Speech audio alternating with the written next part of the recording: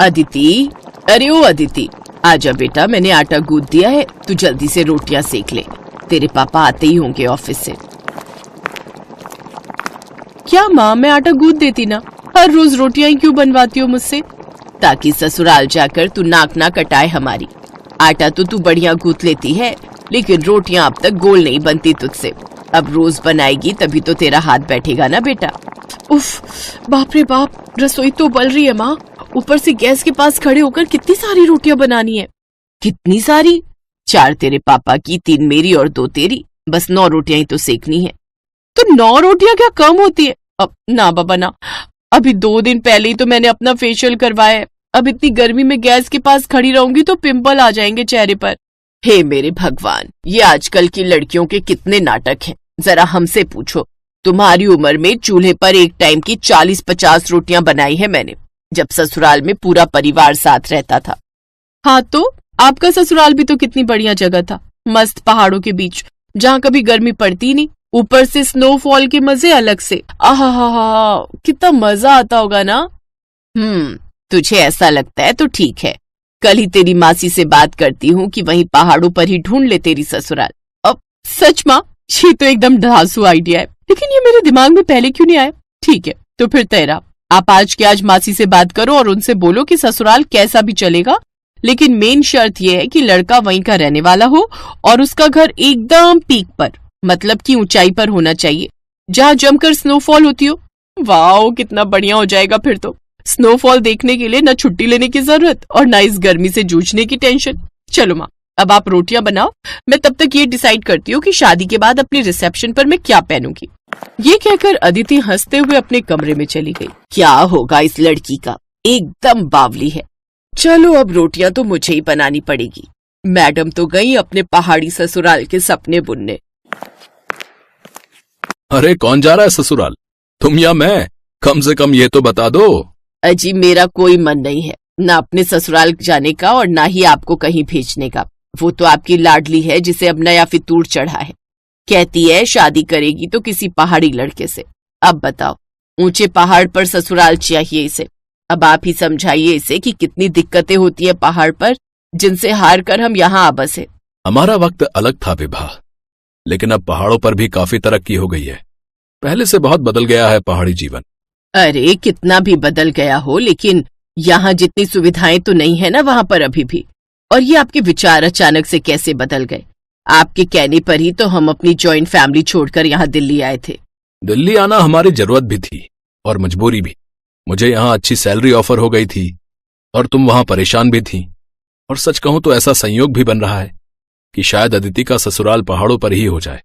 हैं? अब साफ साफ कहिए ना, क्या बात है? आज लंच के वक्त तिवारी जी से काफी देर बातें हो गई। बातों बातों में अदिति के लिए एक रिश्ता बताने लगे। उनकी रिश्तेदारी में ही है, लड़का सरकारी क्लर्क है कश्मीर में, एकदम पहाड़ों के बीचों बीच घर लिया है। परिवार भी ज्यादा बड़ा नहीं है, माँ बाप और बस एक बेटा और बेटी। बेटे गिरीश से अपनी अदिति की शादी हो जाएगी और बेटी सुनीता की तो पहले ही शादी हो चुकी है। परिवार तो बढ़िया है, लेकिन कश्मीर, इतनी दूर अदिति को कैसे भेजेंगे जी? तुम चिंता मत करो विभा, ये भगवान का बनाया संयोग ही है कि अदिति को भी पहाड़ों में ससुराल पाने की इच्छा तब हुई जब उसके लिए ये रिश्ता आया। अब ज्यादा मत सोचो और जाकर उससे बात करो। विभा ने जाकर अदिति से बात की और कश्मीर का नाम सुनते ही अदिति ने हाँ कहने में 1 मिनट भी नहीं लगाया। अरे अरे माँ, इसमें सोचने जैसा क्या है? कश्मीर में होगी मेरी ससुराल। आहा, सुनने में कितना अच्छा लग रहा है। आप तो फौरन हाँ कर दो। एक बार ठंडे दिमाग से सोच ले बेटा, मैं पहाड़ों पर रही हूँ, मुझे मालूम है कि कितनी दिक्कतें होती हैं वहां पर। पहाड़ी जगह पर 2-4 दिन घूमकर आने में और पूरी जिंदगी बिताने में बहुत फर्क होता है। ओहो माँ, पापा सही बोलते हैं, आप ना कुछ ज्यादा ही डीप चली जाती हो हर मामले में। मैं बोल रही हूँ ना आपको, आप इस रिश्ते के लिए हाँ कह दो, इससे पहले कि उन्हें कोई और पसंद आ जाए। अरे पर एक बार लड़के की फोटो तो मंगवा ले। उसकी भी कोई जरूरत नहीं है माँ, पापा ने देखा तो है ना फोटो। अगर उन्हें पसंद है तो मुझे भी पसंद है, और वैसे भी कश्मीर की खूबसूरत वादियों में हमेशा के लिए रहने को मिल जाए, इससे बढ़कर और क्या चाहिए मुझे। अदिति अपनी शादी और ससुराल को लेकर काफी एक्साइटेड थी। फिर कुछ ही महीनों के बाद गिरीश और अदिति की शादी हो गई और अदिति खुशी खुशी अपने ससुराल यानी कि कश्मीर आ गई। लेकिन फिर, अरे अदिति, जाओ बेटा, सबके लिए गरम कहवा बना लाओ। अब मम्मी जी, पर अभी 1 घंटे पहले ही तो सबने एक साथ कॉफी पी थी।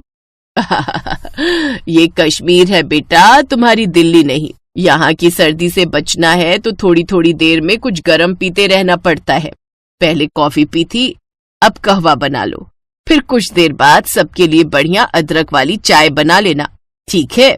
ये अदिति का ससुराल था, ऊपर से कश्मीर जैसी ठंडी जगह, तो मायके वाले बहाने यहाँ अदिति के काम नहीं आने वाले थे। बेमन से ही सही, पर उसे थोड़ी थोड़ी देर में सबके लिए कुछ न कुछ गर्म पीने के लिए बनाना ही पड़ता। ओहो, ये तो बिल्कुल ठंडा हो गया अदिति। अरे मैं तो तुरंत ही बनाकर लाई थी, इतनी जल्दी ठंडा भी हो गया। हाँ बेटा, यहाँ ऐसा ही होता है। जाओ सबके लिए दोबारा गर्म करके ले आओ, और इस बार केतली में डालकर लाना तो ठंडा नहीं होगा। धीरे धीरे अदिति को पहाड़ी जीवन के साइड इफेक्ट्स पता चल रहे थे। पहाड़ों पर रहने का तरीका, खाने पीने का तरीका, सब कुछ उसके मायके से बहुत अलग था। और फिर एक दिन, बड़ी ठंड है, ये लाइट कब तक आएगी जी? लाइट अब गई है तो आराम से ही आएगी। है? ऐसे कैसे? बिना हीटर के तो मेरी हालत खराब हो जाएगी। अच्छा सुनिए ना, हमारे पास इन्वर्टर भी तो है। हाँ है तो सही, लेकिन उसे हम बुरे वक्त के लिए बचा कर रखते हैं, ऐसे थोड़ी मोड़ी ठंड में नहीं चलाते। क्या? अच्छा, इससे बुरा वक्त तो और कौन सा आएगा? देखे ना, मेरे हाथ पैर बर्फ जैसे ठंडे पड़ गए। तुम्हें अभी यहाँ की आदत नहीं है ना, इसीलिए ऐसा हो रहा है। तुम फिक्र मत करो, ये रजाई ओढ़कर लेट जाओ, फिर ठंड नहीं लगेगी तुम्हें। और फिर अगले दिन, ये क्या, सुबह के 11 बज गए और अब तक धूप नहीं खिली।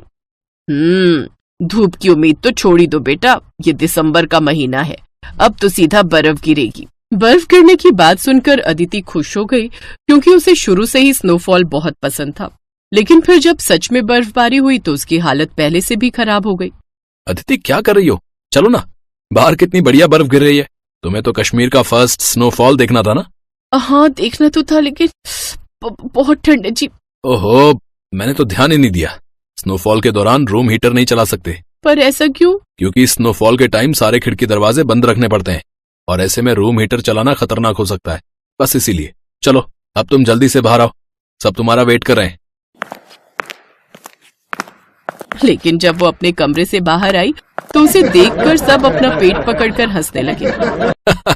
ये क्या हाल बना लिया तुमने अदिति? एकदम कार्टून लग रही हो। सबको खुद पर हंसता देखकर अदिति को बुरा लगा और उसकी आंखों से आंसू बहने लगे।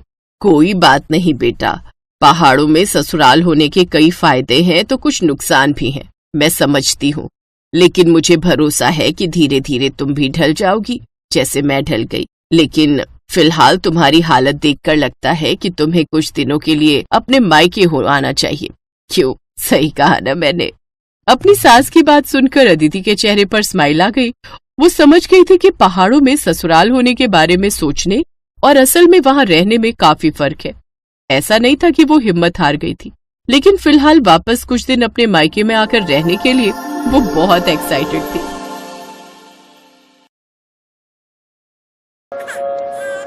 भैया जी मदद करो, मेरा बच्चा भूखा है, कुछ पैसे दे दो, बड़ी मेहरबानी होगी। भगवान जाने इन गरीबों का क्या होगा, एक तो अंधी है, ऊपर से छोटा बच्चा भी गोदी में पकड़ रखा है। क्या करूं, मुन्ना तो रोई जा रहा है। चुप हो जा मेरे बेटे। अरे संभल कर बहन, अभी रेलवे ट्रैक पर गिर जाती। रजनी, मेरी बहन इस हालत में? कौन? आवाज तो सुनी सुनी सी लगती है। अमर भैया? हाँ मेरी बहन, मैं तेरा भैया अमर। ये सब क्या हो गया? मैंने बहुत बड़ी गलती कर दी भैया, मुझे माफ कर दो।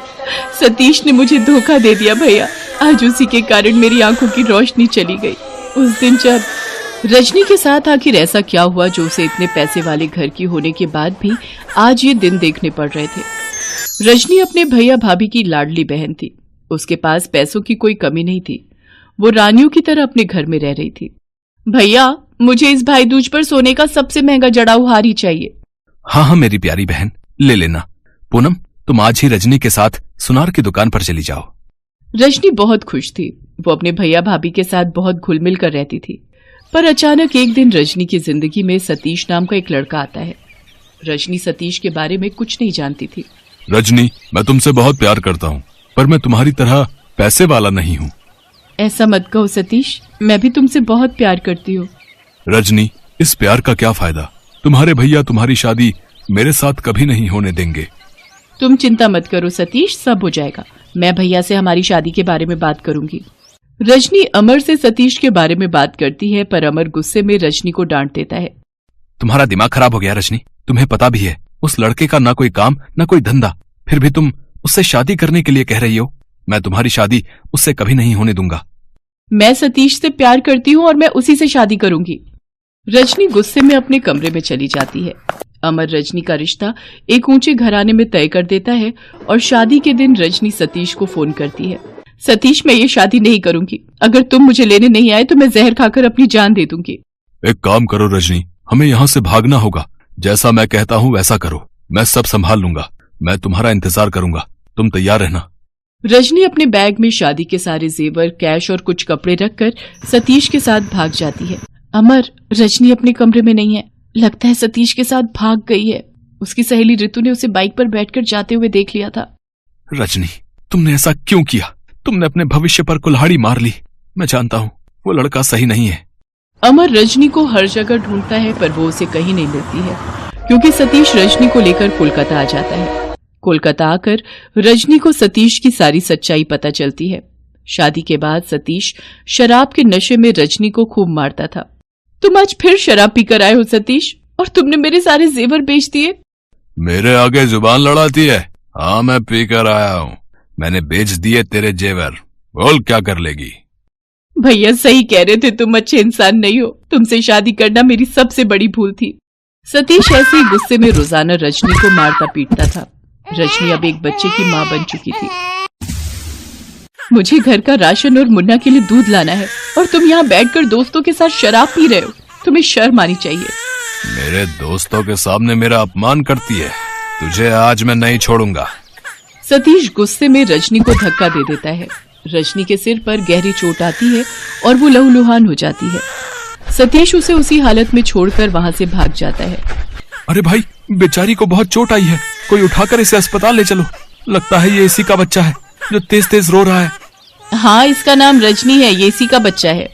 कुछ लोग उठाकर रजनी को हॉस्पिटल लेकर जाते हैं, पर रजनी की आंखों की रोशनी चली जाती है।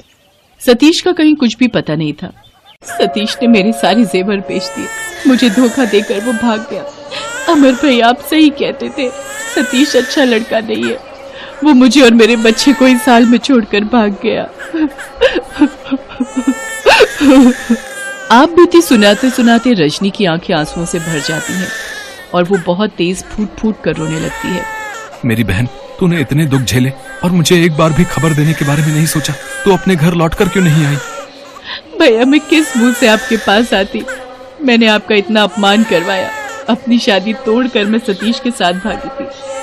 आपकी समाज में कितनी बदनामी हुई होगी। नहीं रजनी, ऐसा मत सोच। तू मेरे लिए जान से भी प्यारी है मेरी बहना।